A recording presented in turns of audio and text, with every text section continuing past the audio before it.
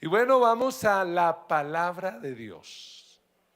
Y quiero empezar contando una historia. Se cuenta de un joven que llegó a la iglesia. Alguien lo invitó y llegó a la iglesia y de repente le llamó la atención profundamente una chica que cantaba. Él se quedaba embelesado viéndola cantar, decía, ¡oh, wow! A tal punto que se enamoró. Es que canta lindo, decía. Así que se dio a la tarea de empezar a tratar de cortejarla y conquistarla. La empezó a saludar, le empezó a dar detalles, que una flor, que por aquí, que por allá, porque vivía enamorado por la forma como ella cantaba. Finalmente, tanta insistencia surtió efecto y ella accedió a ser su novia. Y él iba al culto y la veía cantar y estaba muy emocionado. Eso le generaba a él una expectativa tremenda. No duró mucho y le propuso matrimonio. Y pues ella dijo, ok, se casaron. Porque a él le impactaba la manera como cantaba. Así que se casaron. Llegó la noche de bodas. Y a la mañana siguiente de la noche de bodas, él se despierta y la ve a su lado, con el pelo como gallina matada a escobazos, le percibe el aliento como un poquito extraño, y pues cuando la ve así le dice, mi amor, canta por favor, canta, canta, canta. Es que a veces uno tiene una expectativa, pero una cosa es la expectativa y otra es la realidad. Y sabe, cuando uno tiene falsas expectativas, fácilmente se va a frustrar o se va a decepcionar. No sé si le ha pasado que usted a veces compra por internet, no estamos criticando a los que venden por internet, pero ¿le ha pasado alguna vez que usted le muestran, digamos, el ponquecito de Mickey? Usted ve ese ponque que dice, ¡ay, tan lindo! Y lo compra y hace el giro, el neck y el no sé qué, y usted paga, ¿y con qué le llegan? Con una vaina toda aplastada y fea. Y usted que dice, no, ¿no le ha pasado? Que usted compra la camisa porque el modelo que lo tiene ahí, usted dice, wow, ¿sí? ¿Sí le ha ocurrido o no? Que ve esa camisa y dice, wow, y usted la compra y se la pone, wow, no. Termina uno, pues, decepcionado, termina uno frustrado. ¿Cuántas veces a veces encontramos parejas que se casan con una expectativa muy alta? Y cuando empiezan a vivir el matrimonio, que tienen que decirle, canta mi amor, canta, canta. Porque la realidad es otra, muy diferente. Cualquier parecido con la realidad es pura coincidencia. ¿Y por qué les he contado esto? Porque hoy vamos a hablar de la entrada, dicen los que editaron la Biblia, porque eso no está en la Biblia, la entrada triunfal de Jesús en Jerusalén. Vamos a ver Marcos 11. Y realmente, cuando Jesús entra a Jerusalén, el pueblo tiene unas expectativas falsas. Y ese es el título para hoy. Falsas expectativas. ¿Cómo evitar la frustración? ¿Cómo evitar decepcionarnos? Porque es que a veces somos tan dados a creer lo que nos anuncian, ¿no? ¿Qué es una expectativa? ¿Alguien sabe lo que es una expectativa? Es como la perspectiva, la creencia de algo, pero que está muy lejos a veces de la realidad. Leamos el texto y les comento. Marcos 11:1. La palabra de Dios dice así. Cuando se acercaban a Jerusalén y llegaron a Betfagé y a Betania, junto al monte de los olivos. Jesús envió a 2 de sus discípulos con este encargo. ¿Cuál fue el encargo? Vayan a la aldea que tienen enfrente. Tan pronto como entren en ella, encontrarán atado un burrito en el que nunca se ha montado nadie. Desátenlo y tráiganlo acá. Y si alguien les dice, ¿por qué hacen eso? Díganle, el Señor lo necesita y ¿qué? Y enseguida lo devolverá. Fueron, encontraron un burrito afuera en la calle, atado a un portón, y lo desataron. Entonces algunos de los que estaban allí les preguntaron, ¿qué hacen desatando el burrito? Ellos contestaron como Jesús les había dicho, y les dejaron desatarlo. Le llevaron pues el burrito a Jesús. Luego pusieron encima sus mantos y él se montó. Muchos tendieron sus mantos sobre el camino. Otros usaron ramas que habían cortado en los campos. Tanto los que iban delante como los que iban detrás gritaban. Vamos a recrear esa escena. Gritaban, ¡Hosana! Bendito el que viene en el nombre del Señor, bendito el reino venidero de nuestro Padre David, ¡Hosana en las alturas! Jesús entró en Jerusalén y fue al templo después de observarlo todo. Como ya era tarde, salió para Betania con los 12. Amén.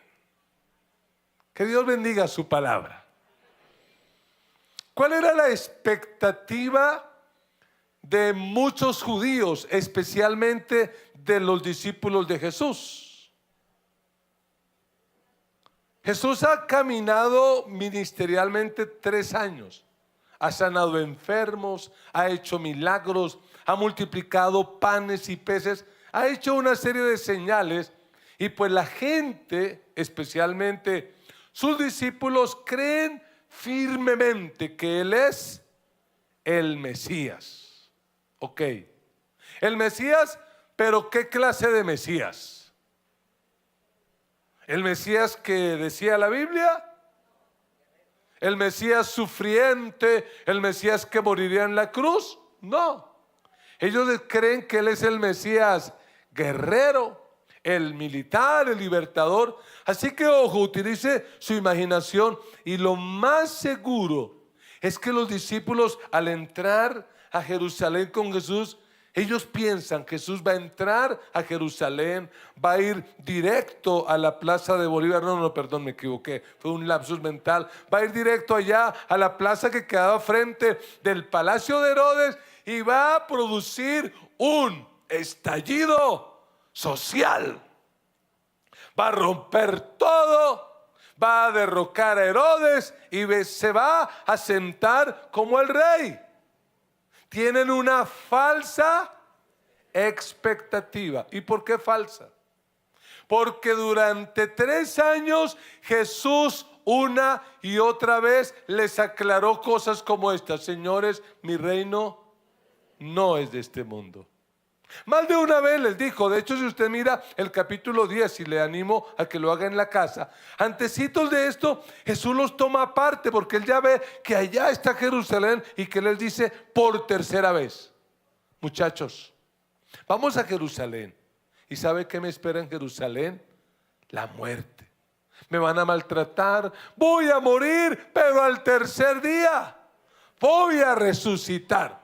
Pero a ellos les entró por un oído y les salió por el otro.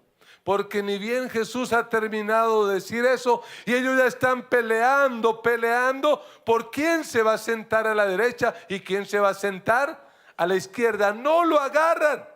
De hecho, mire ahí en su Biblia el relato anterior a la entrada de Jerusalén. Es el relato de Bartimeo, que era ciego y a quien Jesús le abre los ojos, le devuelve la vista. A mí me parece que con esto que Jesús va a hacer en Jerusalén, lo que Él quiere es también abrirles a ellos la vista. ¿Qué hizo Jesús frente a las falsas expectativas? ¿Qué deberíamos hacer nosotros? Porque mire, mientras estemos en este planeta, vamos a tener que luchar con falsas expectativas. Algunos, y lo digo muy respetuosamente, votaron por el gobierno actual con unas expectativas altas.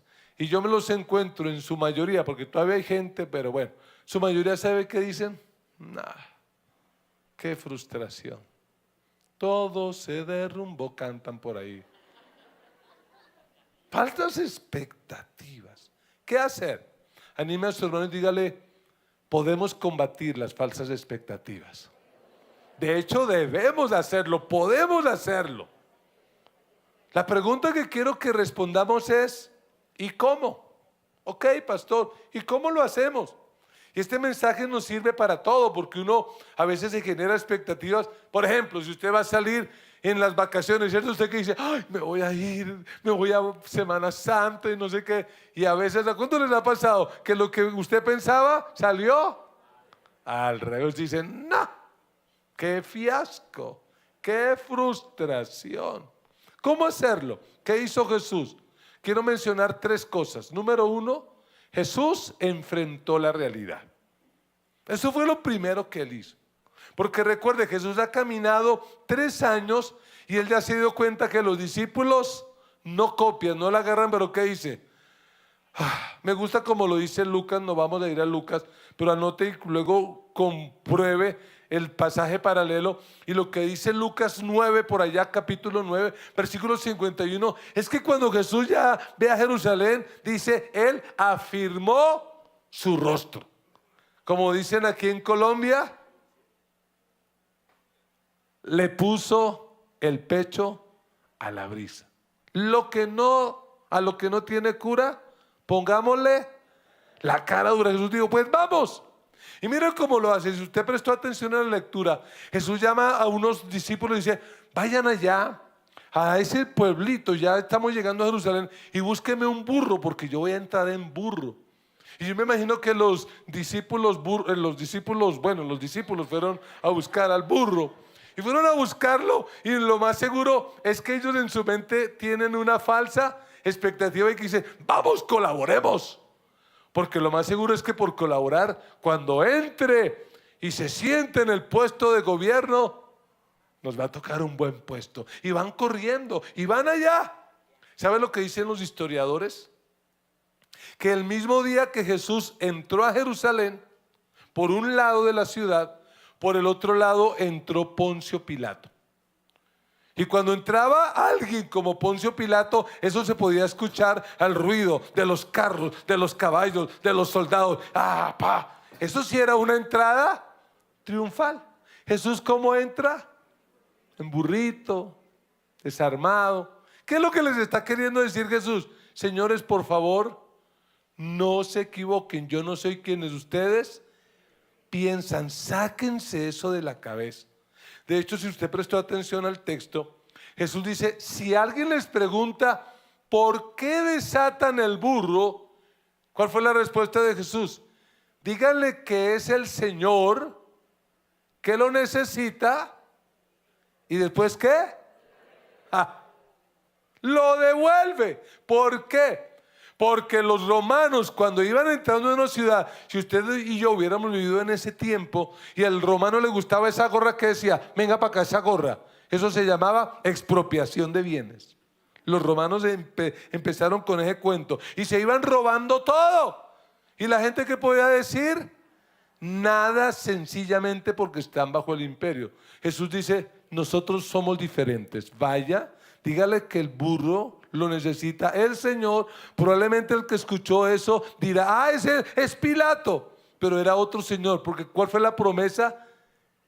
Que se lo va a devolver. Somos diferentes.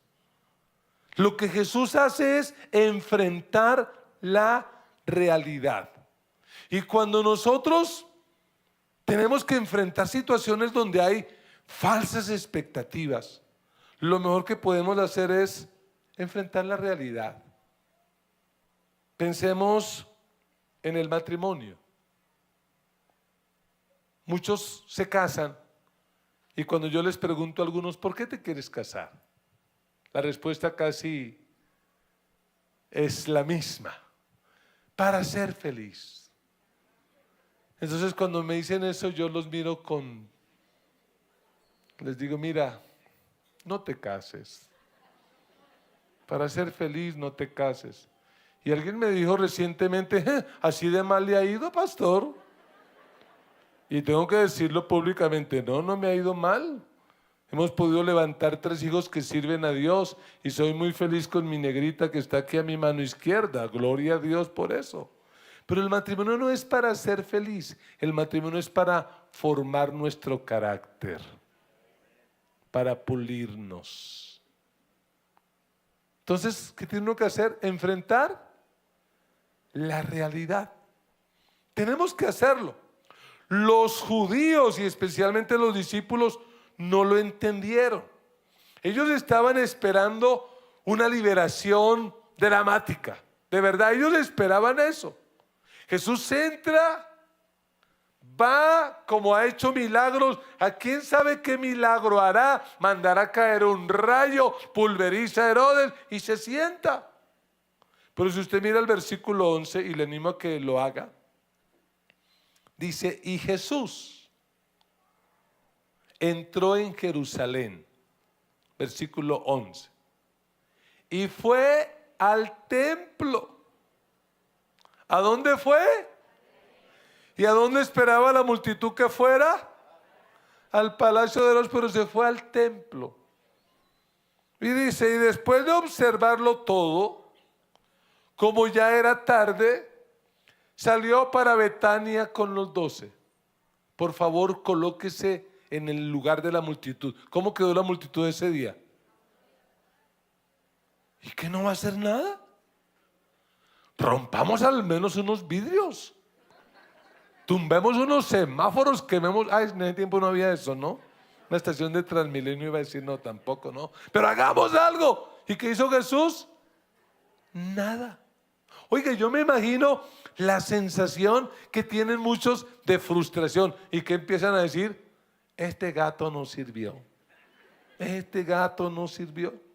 Porque ellos no entendían lo que era la libertad que Jesús venía a ofrecer. Ellos pensaban que la libertad era sencillamente quitar el yugo opresor de Roma, el cual Jesús nunca aprobó, pero eso no es libertad. Escúchame, libertad no es hacer lo que uno quiere. Libertad es la capacidad que Dios nos da para hacer aquello para lo cual hemos sido creados. Libertad es la capacidad de cumplir el propósito de Dios.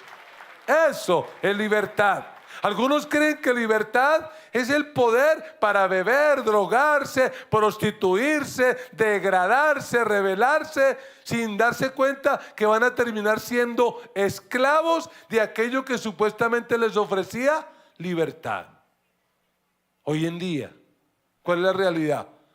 ¿Qué dice la gente? No, fume marihuana, que eso no es malo, eso hasta es medicinal. Usted la prueba y usted se relaja. Vaya, mire cuántas personas. Aquí tengo sentado en mi mano izquierda una persona que duró, ¿cuántos años duraste en la calle? 20 años como un habitante de calle, y solo Cristo le pudo dar verdadera libertad. Solo Cristo lo pudo transformar. No es verdad. Eso no es libertad. Esa no es la libertad que ofrece Dios. Ay, pero pastor, es que, y hasta citan la Biblia. La Biblia dice, de toda planta que produje, coman. ¡Qué perversos! Así lo hacen. Eso no es libertad. Déjeme decirle, Jesús vino a romper un yugo más grande y peligroso que el yugo político. ¿Sabe por qué? Porque finalmente Dios quita y pone reyes. Aunque elegir personas puede traer consecuencias, pero nunca serán eternas. Tarde o temprano el Señor removerá a esas personas de ese lugar. Solo Dios durará para siempre. Jesús vino a liberarnos del yugo del pecado que no solo puede afectar nuestro paso por la tierra, sino por la misma eternidad. Así que lo primero que tenemos que hacer, amados, es enfrentar la realidad. Enfrente la realidad. Entienda de una vez por todas que nadie en este planeta nos va a dar libertad, que ningún candidato político, ningún gobierno, ni de derecha, ni de izquierda, ni del centro, nadie. La única respuesta fiel y verdadera para los problemas del ser humano se llama Jesucristo, el que entró por esa puerta de Jerusalén, no para matar a Herodes, sino para morir y dar la vida en rescate por muchos. Esa es la realidad. Y Jesús se da cuenta y dice, bueno, ni modo, tocó enfrentarla. Pero hay una segunda acción de Jesús. Y es que Jesús evita las apariencias. ¿Qué quiero decir con eso? ¿Por qué evitar las apariencias? Porque muy probablemente esa noche del domingo, que llamamos los cristianos Domingo de Ramos, Jesús no pudo dormir. Tal vez porque, ¿a dónde fue que fue a aterrizar Jesús? Versículo 11, al templo. Y tal vez entró y lo que vio en el templo no le gustó y no pudo dormir. Dijo, no, eso no me agrada lo que vi. Y dice en el versículo 12, le animo a que lo lea, dice, al día siguiente, o sea el lunes, cuando salían de Betania, Jesús tuvo hambre. Viendo a lo lejos una higuera que tenía hojas, fue a ver si hallaba algún fruto. Cuando llegó a ella, solo encontró, ¿qué cosa? Hojas, porque no era tiempo de higos. Nadie vuelva jamás a comer fruto de ti, le dijo a la higuera, y lo oyeron sus discípulos. Mire lo que dice el texto. Al día siguiente, después de que Jesús entra a Jerusalén, lunes, Jesús sale otra vez para la ciudad de Jerusalén y tiene hambre. ¿A cuántos les gusta tener hambre? ¿A cuántos el hambre, un hambre bien tenaz, les arregla el buen humor, sí? ¿Cierto? ¿Usted con hambre cómo es? Peligroso, ¿cierto? Por eso un consejo, señoras.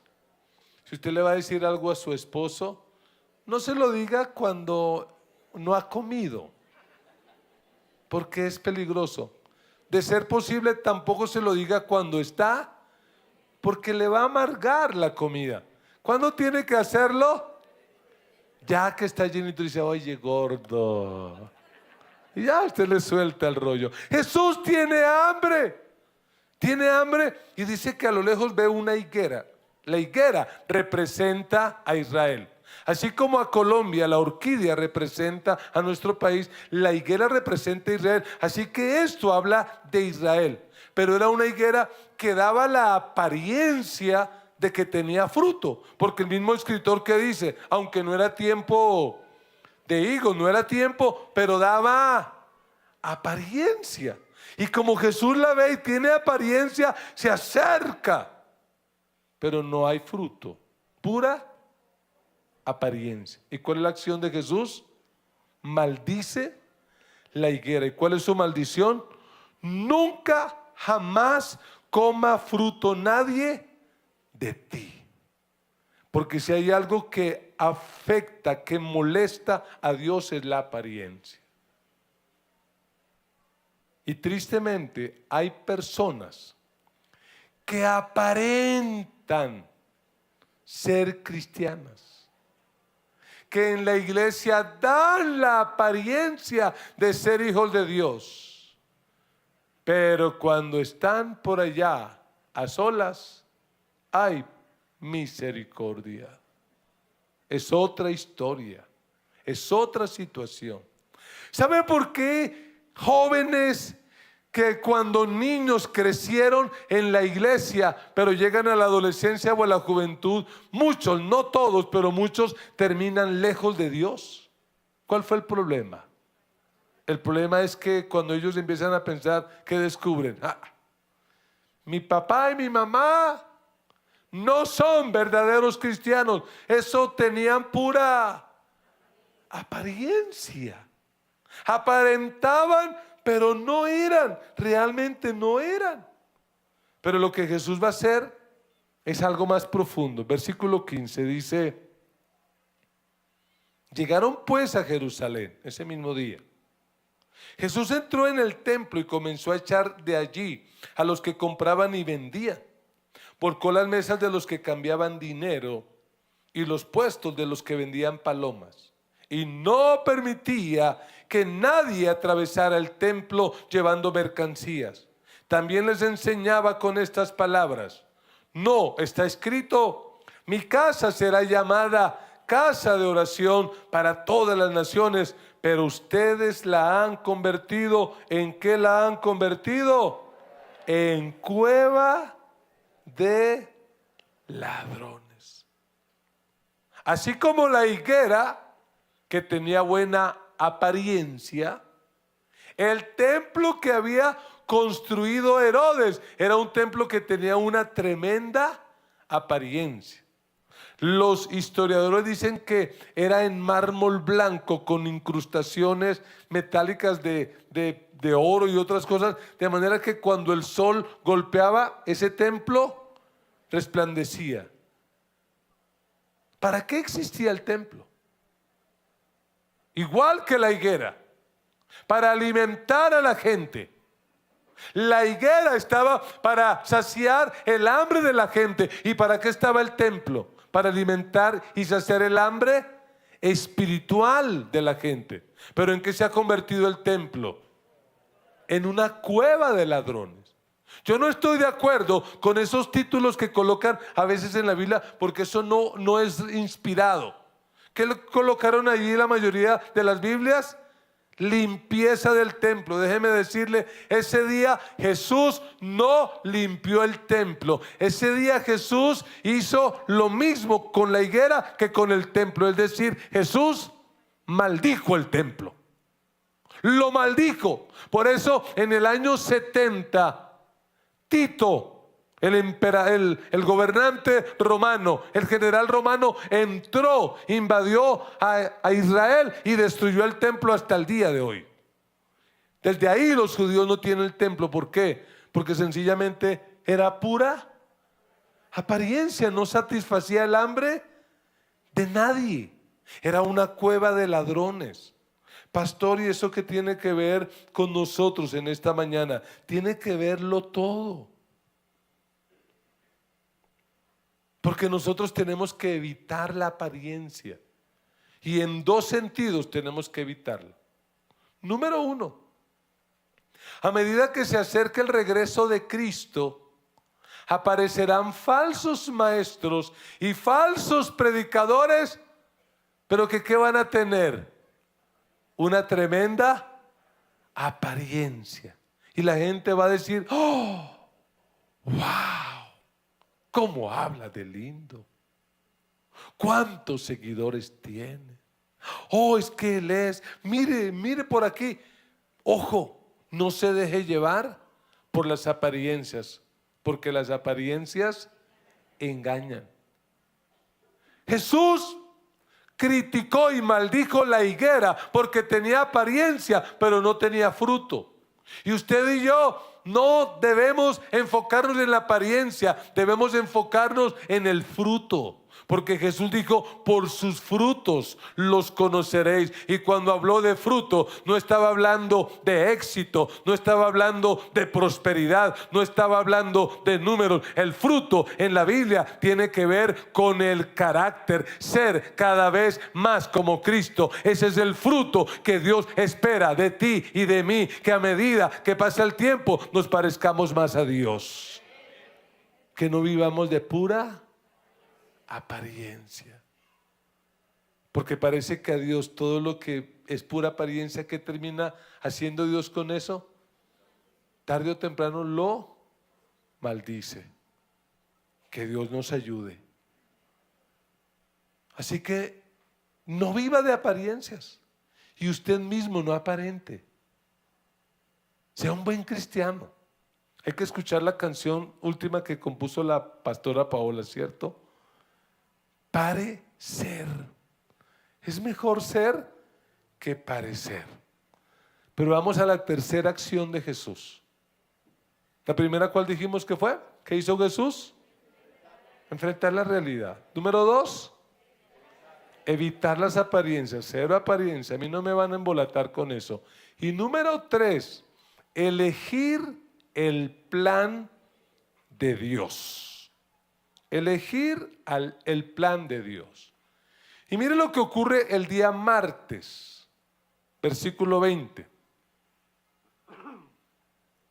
Por la mañana, al pasar junto a la higuera, vieron que se había secado de raíz. Pedro, acordándose, le dijo a Jesús: Rabí, mira, se ha secado la higuera que maldijiste. Y aquí Jesús va a decir unas cosas que son muy, pero muy importantes. Porque déjeme decirle algo. Jesús fácilmente se pudo desviar del plan de Dios.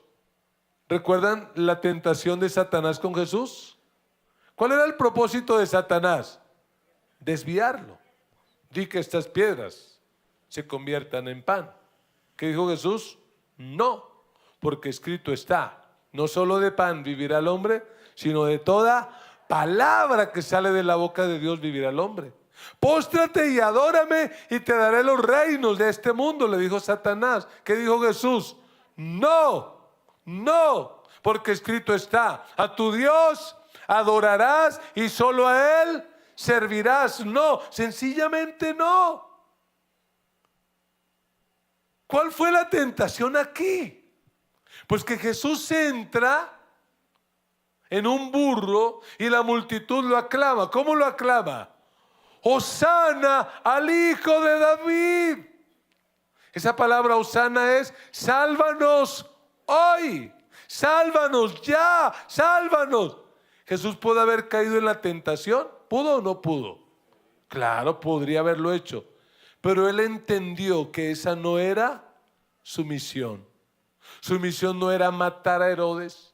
Su misión no era sentarse en el palacio de gobierno. Su misión era morir. Él de hecho lo dijo más de una vez: yo no vine para ser servido, sino para servir y para dar mi vida en rescate por muchos. Él lo tenía claro, no cayó en la tentación.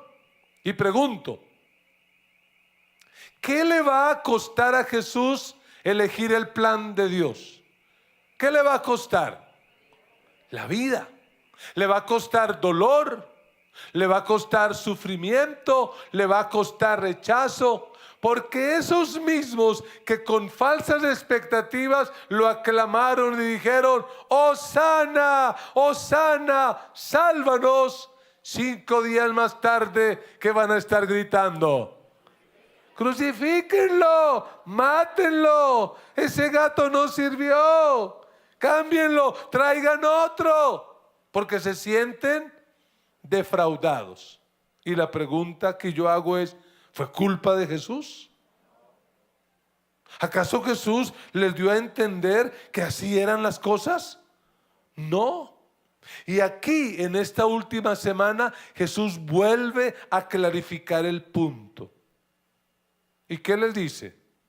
Por lo menos 3 cosas que usted y yo tenemos que hacer frente a las falsas expectativas. Número 1, versículo 22. Tengan fe en Dios. Tengan fe en Dios. ¿Por qué? Porque la publicidad falla. Porque el ponqué de Mickey no llega como usted pensó. Porque la camisa no le queda como era. Porque el que prometió que no iba a subir la gasolina ya le puso el doble. Porque todo el mundo nos falla. Porque hasta es probable que hasta su esposo le falle, su mujer le falle, sus hijos le fallen. Dios me guarde, hasta uno puede fallarle. Pero sabe una cosa, Dios nunca nos va a fallar. Por eso vamos a tener fe en Dios. Vamos a colocar nuestra confianza en Dios. Amén. Porque con Dios nunca se pierde. Con Dios siempre se gana. Por eso diga a los hermanos, tenga fe en Dios. Ay, pero usted no sabe lo que yo estoy viviendo, la frustración, la decepción. Si supiera de lo que me enteré, repítele, tenga fe en Dios. No, pero mire, ¿y para dónde va este país? Tranquilo, no importa. Dios quita y pone reyes. Dios sigue sentado en su trono. Tenga fe en Dios. Dios sigue sentado en su trono. Tenga fe en Dios. En el versículo 23 Jesús nos da otra pista. Dice, les aseguro que si alguno dice a este monte, y probablemente señala Jerusalén donde está el palacio de Herodes, dice, y le dice a ese monte, quítate de ahí y tírate al mar, creyendo, sin abrigar la menor duda de que lo que dice sucederá, lo obtendrá. Por eso les digo, ¿qué cosa? Crean que ya han recibido todo lo que están pidiendo en oración y lo obtendrán. No solamente hay que tener fe en Dios, hay que orar a Dios. ¿Sí, amén? Ay, es que la iglesia evangélica no hace nada ante los problemas sociales. Mire, cuando estaba el gobierno de derecha, a mí como pastor me enrostraron. ¿Y usted por qué no hace nada? Yo estoy haciendo lo que tengo que hacer. Mi función no es salir a hacer estallidos sociales. Mi función es enseñarle a un pueblo a que coloque la fe en el único Dios verdadero. Y mi función es orar y clamar a aquel que realmente puede cambiar el destino de una nación, de una familia y de una vida. Esa es mi función. Y hoy le puedo volver a decir, quiere que este país cambie, tenga fe en Dios, ore a Dios. Ni se le ocurra pensar, no, el próximo gobierno, cuando este pase, porque nuestro país es así tan pendular, liberales, conservadores, aquí, allá, guerrilla, paramilitares, izquierda, derecha, dejemos tanta bobada y empecemos a creer que el único que realmente puede cambiar el destino de una nación es el Dios de la vida, es el Dios del cielo. Él sí lo puede hacer. Oren. Oren así como lo hizo Elías en la época de Acab y Jezabel. Orar, clamar para que Dios intervenga, para que Dios actúe. Así que el Señor, a estos que están de repente frustrados porque llegaron a Jerusalén y no se tomaron el poder, que Él dice, muchachos, tengan fe en Dios y por favor sigan orando. Pero hay algo más por si acaso. En el 25 dice, y cuando estén orando, si tienen algo contra alguien, ¿qué?